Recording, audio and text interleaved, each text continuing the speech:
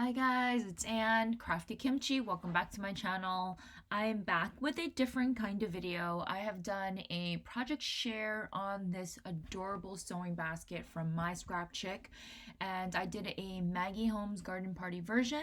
I will leave a link to that video down below, but I know that I got a request on how I actually designed this cut file in Design Space, and there was a little manipulation. It was a little tricky, but nothing that you can't figure out. So I just wanted to show you that process. There is a video on how to assemble this on the actual page, so you can watch that there. This is just on how I manipulated the file a little bit to get the sizing of my sewing basket.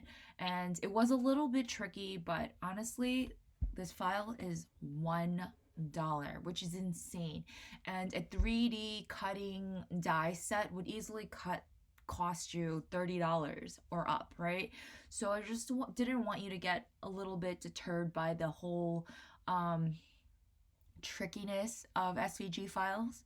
So I'm gonna walk you through it, and hopefully it's easy enough for you to understand. If you do have any questions, I will do my best to explain it. It is a little bit hard to show you, but I think we can get through this together. So let's get started on it. I'm gonna start by importing the files. So we're gonna go here. There are 2 files in this download. So we're going to go and bring in both files. Okay, and they're right here. So I'm going to import that.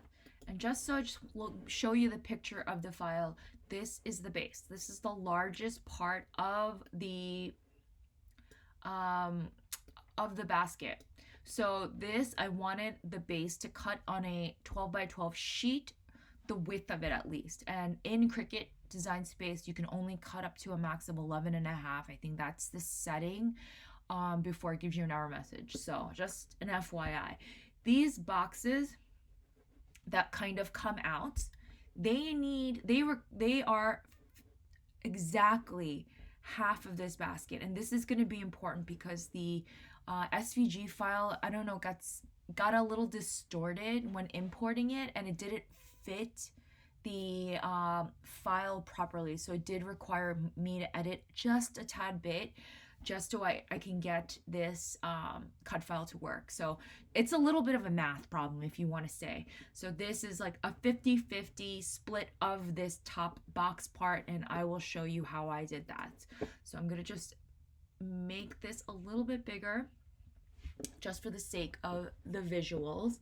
And I'm gonna just go, got both files right here, and I'm gonna just go and make this wide. Again, I wanted this large part here to fit on an 11.5, and I'm just gonna ungroup this part to see what this is looking at. All right, so we're almost at 10. I'm just gonna make this a tad bit bigger, and that is fitting at 10.6. I'm just gonna make it a little bit bigger to hopefully get to as close as possible to 11.5.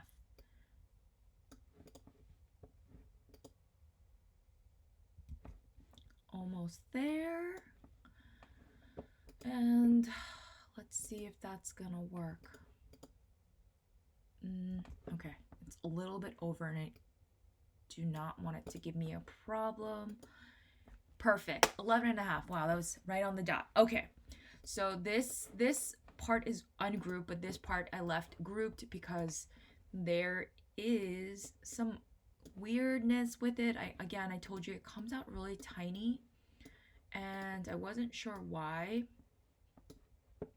So I want to show you, these are those 2 boxes on the picture. Let me bring that picture back up. On this picture, they are the 2 boxes. So again, they have to represent 50-50 of the top of this main box. So let's go back to the file. So this list looks oddly small, so I'm just gonna make them bigger, and then I'm gonna ungroup these. Just look at this. this. Okay. It looks a little small again, so I'm just gonna make them a little bit bigger just from eyeballing it. And I measured the straps to be about 10 inches. That is what I had, about 10 inches. So I'm gonna go and make this as close as possible. I'll show you why. Let me just move this over. It's getting in my way. Okay. Make this a little bit bigger. Okay, I'm gonna just ungroup this. Oh no. Okay, I'm gonna just undo that. Okay, this is grouped again, and just make this a tad bit bigger. All right, let me see. Again, just making this as close as possible to 10 inches. Okay. So what I realized is that this box, this square here, is the base of the box, and this needs to fit perfectly on my main base. So I take this line here. Hold on, let me just move these two things out of the way. Get this out of the way. Okay. I'm gonna just line this up right here. And then I'm gonna take this piece and then turn that around, and I'm gonna try to get this box to fit on the other half.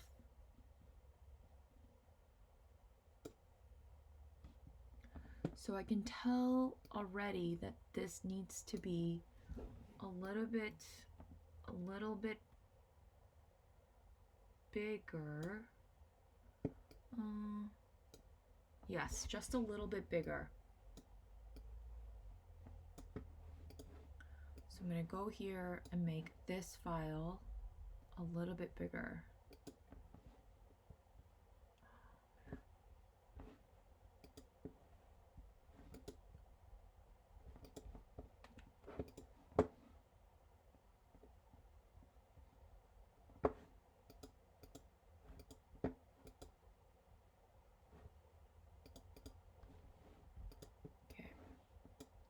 Sorry about the technical difficulties. Okay, I'm just gonna make this a tad bit bigger, and I'm gonna go back and check this again. Okay, so I'm gonna line this up right here.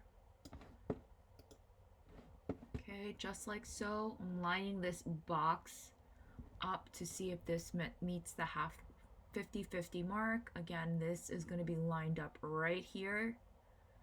And I'm just gonna make sure these two line up, and this looks fine. So you could see here, this box right here in the middle, these line up, this lines up exactly to this point as well. So I'm just gonna look at the file just to make sure that everything looks okay.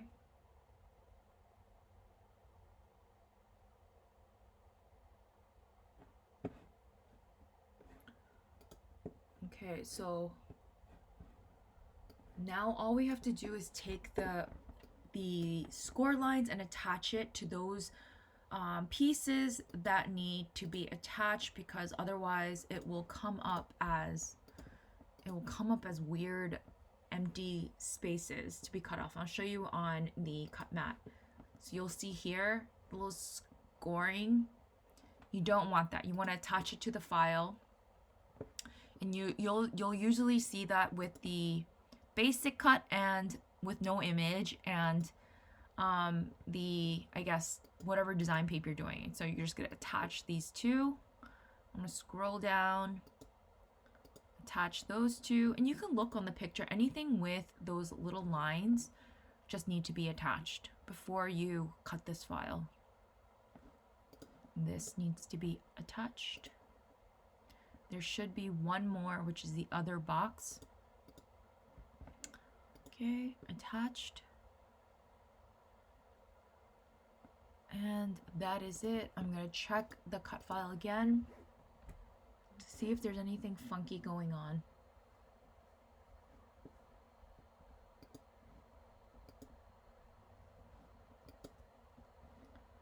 Okay, and this is it basically. After all this cuts, you just stitch all of your pink pieces, which is your deco paper. This green part you should cut in 110-pound cardstock just to keep the base nice and sturdy.